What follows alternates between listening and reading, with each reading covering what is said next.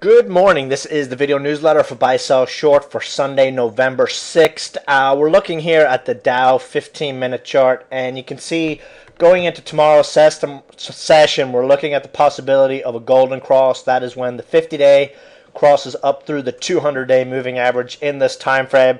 If you've been watching these videos for any amount of time, you know we have a high win percent whenever this happens. Average gain is about 150 points, but typically after the cross, there is initially a dip, so it's going to depend on what news we have coming out of Europe essentially tonight. The Greek Prime Minister, who essentially threw a spanner in the works early in the week regarding the referendum on the debt deal, is fighting for his life today. All indications are that he's probably going to have to resign.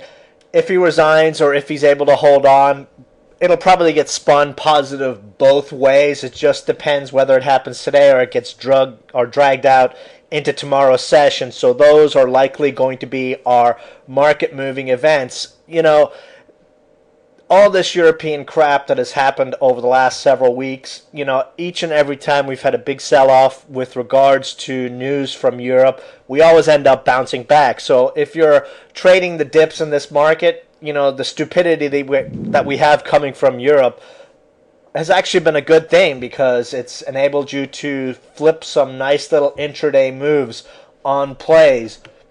Dow daily chart, you can see we continue to ride that 20-day exponential higher.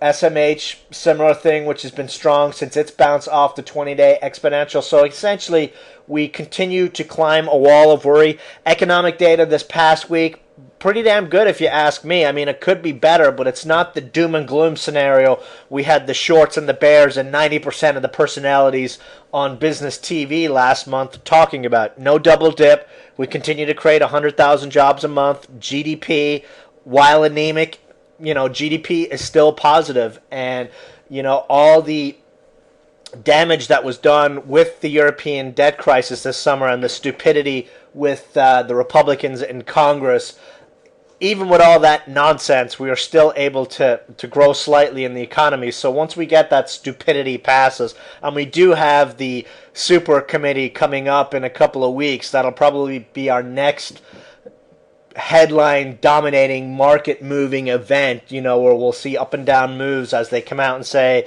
you know, we don't want to tax billionaires.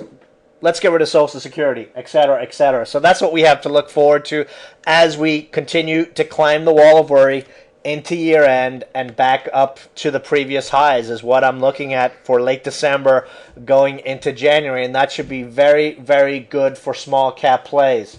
Looking at the Russell small cap chart, we're still waiting for that breakout at the 200-day moving average. We got up there over the last week, came back a little bit. This break will probably be when we start to see all these really beaten down small cap plays start to outperform.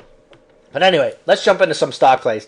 ACPW, nice little breakout set up on Thursday. We're about to get a positive MACD cross, and on Friday it was down 7% on pretty much no volume. So a lot of shaking out going on Friday, which is pretty much common lately. Stochastics, you know, the chart gives us no reason to run for the hills, in my opinion. It's just more of the same market that we saw all through the month of October.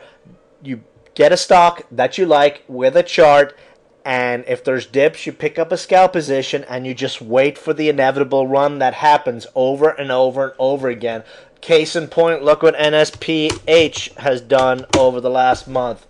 60, 70% almost move over the last month. And this is a stock that would not move. And now it won't dip. That's what we're seeing in this market. CYTR, we continue to sit patiently on this one, riding the moving averages higher. ADX, very, very, very strong. Stochastics has held under the 50 level. Maybe this is the week where the accumulator finally decides that he has enough shares and we start that run up to the 65-cent level.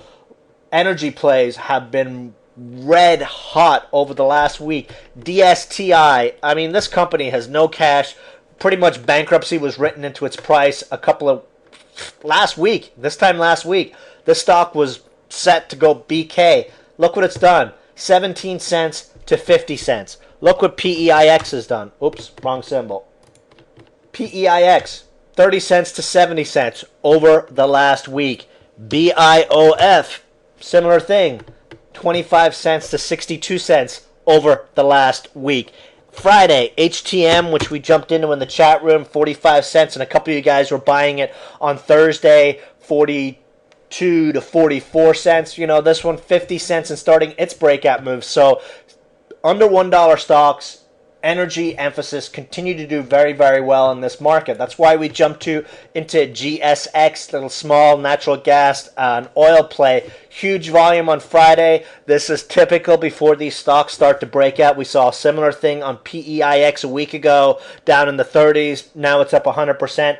Big volume. The last couple of times we've seen big volume on this stock, it's gone on to 25% moves. We saw it in late August. We saw the same thing in mid to late July, where it ran from 23 cents to 37 cents.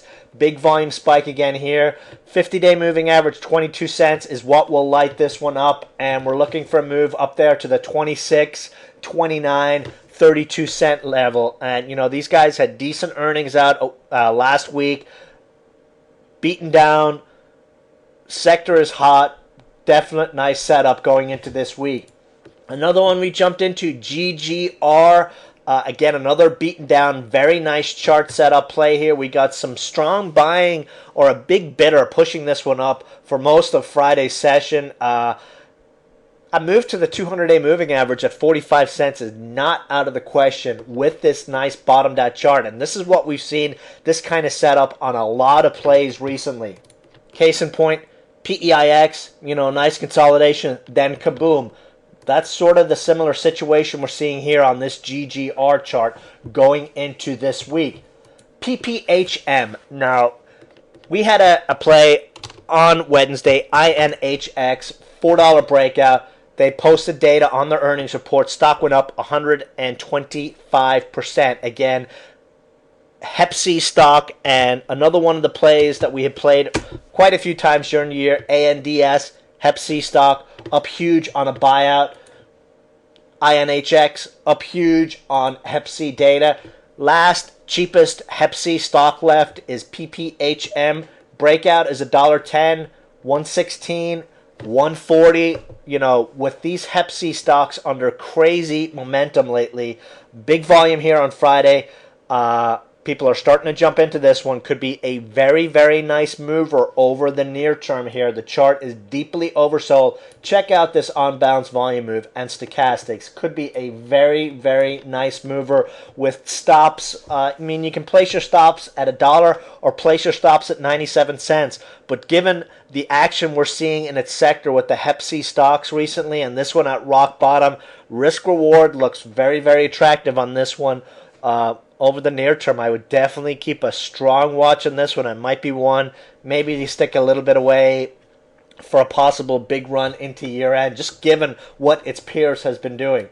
Zone, continue to sit on this one. This is definitely a stock I think that can give us a 25 to 50% move into year-end with minimal downside. Really only lacking volume. A volume day probably of 500K will be what will break us out of this 20-day exponential resistance, and then off to the races to the 50-day moving average, and then, you know, up and away we go. A lot of fun selling on this one over the last several weeks, but it looks like it's finally washed out here, and we could see some very nice upside on this one again over the near term. So we've got some nice little setups going into this week. Definitely watch your inboxes for email alerts this week. And again, let's see what news comes out of Greece tonight for tomorrow's open. Again, we've got a positive MACD cross coming, so definitely keep an eye on that. And really, that's it for the video. We've got a lot of stocks on watch. Definitely check out the pop scan. It's been spitting out some very nice winners. It was a little quiet on Friday. Usually after quiet days, the next day we have, you know, several nice little movers on that list. I mean, look what INHX did this week from its Wednesday pop scan mention, 125% mover. So any questions, shoot me an email. Otherwise, I guess I won't see you guys in the chat room tomorrow or Tuesday. I'll see you guys on Wednesday. Goodbye.